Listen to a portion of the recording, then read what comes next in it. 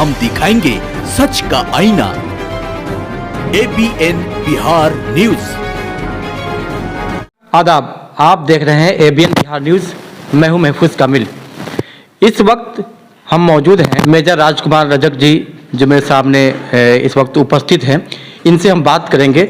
चूँकि अभी बोचहा विधानसभा क्षेत्र में जो है उपचुनाव की तैयारी जोरों शोरों से चल रही है। हर पार्टी अपने अपने कैंडिडेट ऐलान करने की तैयारी में है कि किसको इस बार टिकट दे, और इस बार मेजर राजकुमार रजक जी भी दावेदार है। RGDC से बात करेंगे। जी सर, सबसे पहले हमारे ABN न्यूज़ पे आपका स्वागत है। ABN न्यूज़ को हृदय से धन्यवाद जो आपने मुझे मौका दिए और यहाँ तक पहुँचे। सर, अभी कुछ ही दिनों में बोचहा विधानसभा क्षेत्र में उपचुनाव होना है। क्या लगता है इस बार RGD का क्या कुछ रहेगा? बोचहा विधानसभा में तो उपचुनाव होना ही है और कोई टक्कर में नहीं है। इस बार राष्ट्रीय जनता दल की लालटेन यहाँ पर जलेगी और लालटेन यहाँ जीतेगी और लालटेन के पार्टी जीतेगी। और बोचहा विधानसभा पूरे बिहार के 243 सीट में राजद का रीढ़ माना गया है और सब दिन से बोचहा विधानसभा में राजद की दावेदारी रही है।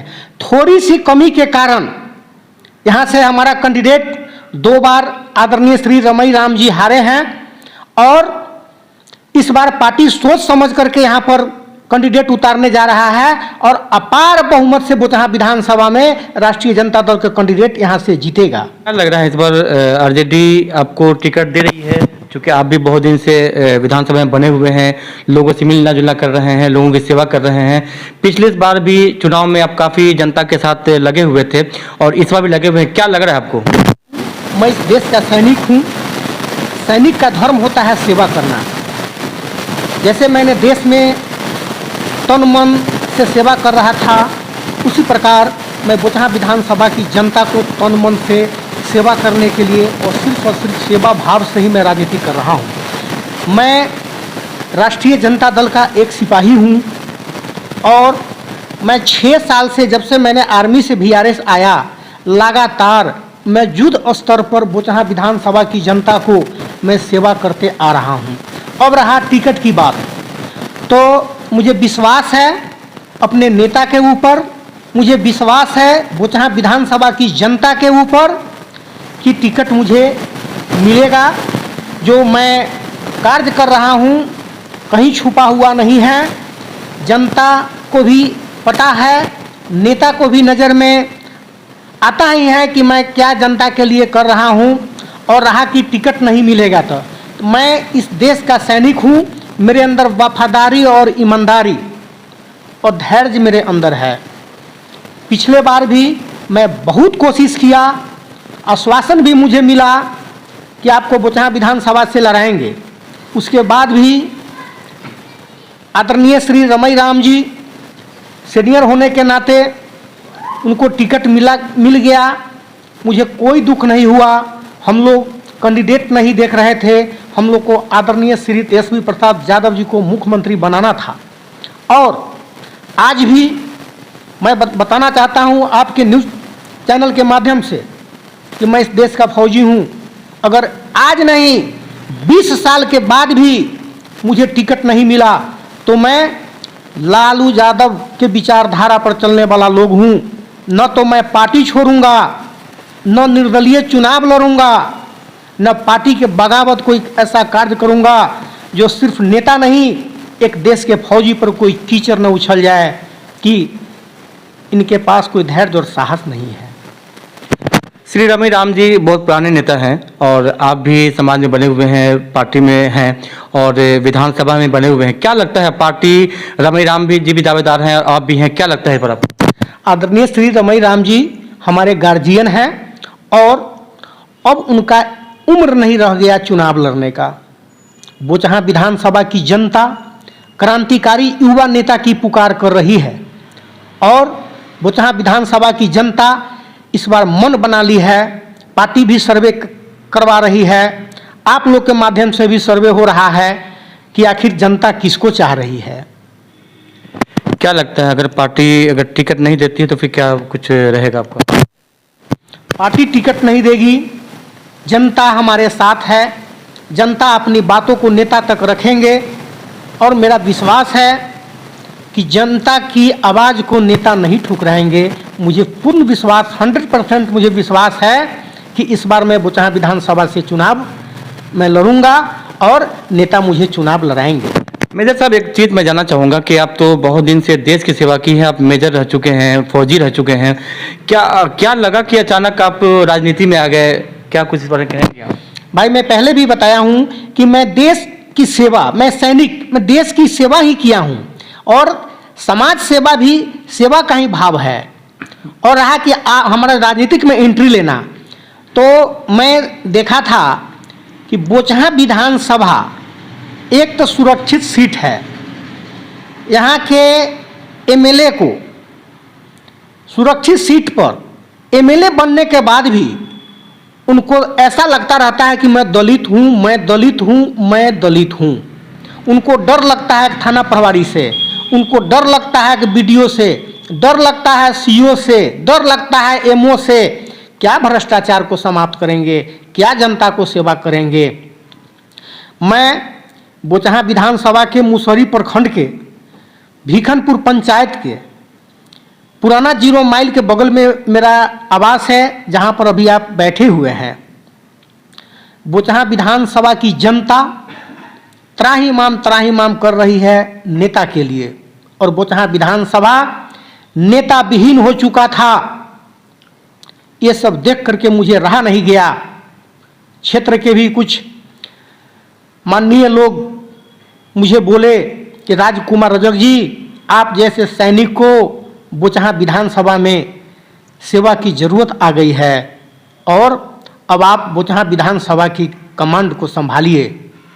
तो मैं बोचहां विधानसभा की जनता के सेवा में मैं कूद गया और मैं राजनीतिक में जो मैं एंट्री लिया था, उसी दिन मुझे विश्वास था आज न कल मैं बोचहां से विधायक बनूंगा और मैं जनता का सेवा करूंगा।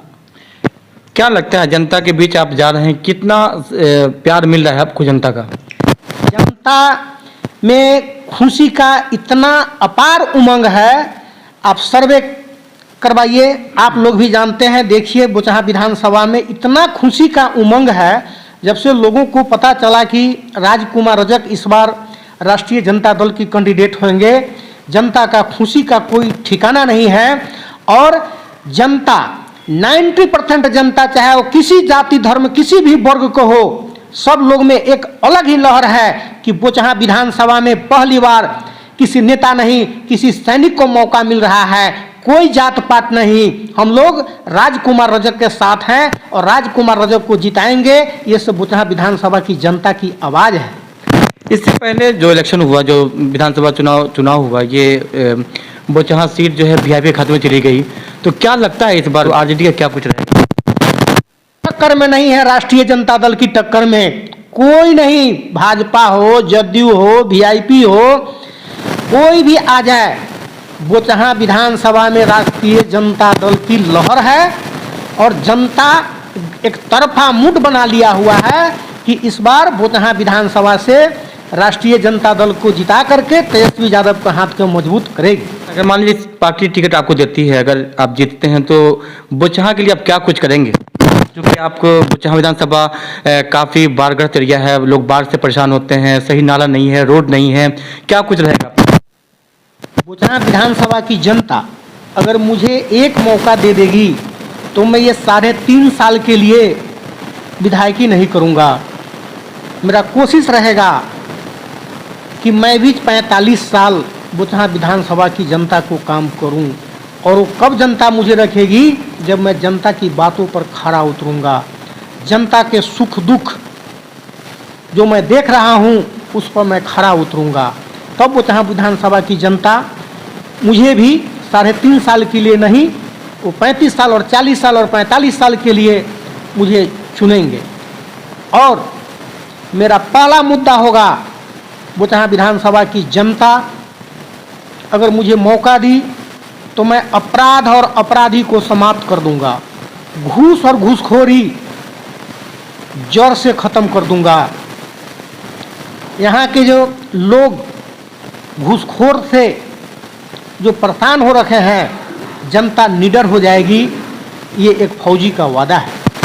अभी सर ये अपराध चरम सीमा पे है, जंगल राज तुलालू जी के टाइम में कहा जाता था, अभी क्या कहेंगे इस बारे में? जंगल राज नहीं था जिस समय आदरणीय श्री लालू प्रसाद यादव का बिहार में राज था, आप लोग को भी पता होगा कि कोई भी गरीब गुरबा जा करके ब्लॉक में, थाने में, जिला में अपनी हक के लिए डायरेक्ट पहुंचता था और बात करता था।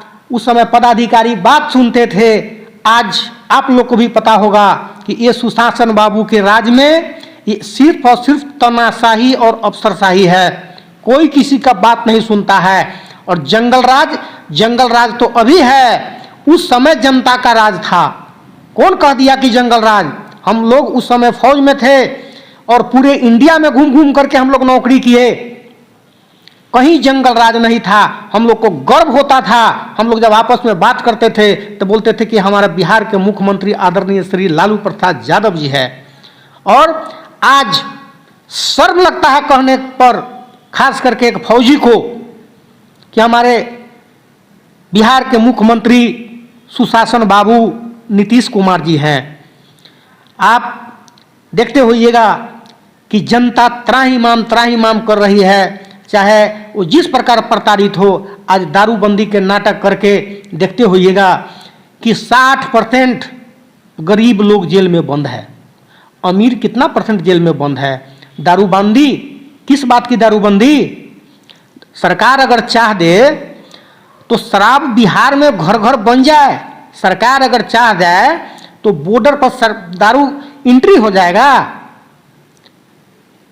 एकदम ये सब सरकार की सोची समझी साजिश है और इसमें सरकार का कमीशन जाता है, पुलिस का कमीशन जाता है। ये झूठ मूठ करके ड्रामा किया गया है जिससे जनता को प्रताड़ित करने के सिवा दूसरा कोई एक नियम और कानून नहीं है। तो जैसा कि अभी आप मेजर राजकुमार जी को सुन रहे थे, हम बात कर रहे थे बोचहां विधानसभा क्षेत्र की, तो इनका कहना है कि अगर पार्टी हमें टिकट देती है तो 100% पार्टी की जीत होगी और बोचहां विधानसभा जो बाढ़ग्रस्त क्षेत्र है उससे निजात दिलाएंगे। और भी बहुत सारी योजनाओं पे इनका है कि हम काम करेंगे अगर हमारी जीत होती है तो। और भी खबर लेके पहुंचेंगे, आप देखते रहिए एबीएन बिहार न्यूज़। धन्यवाद।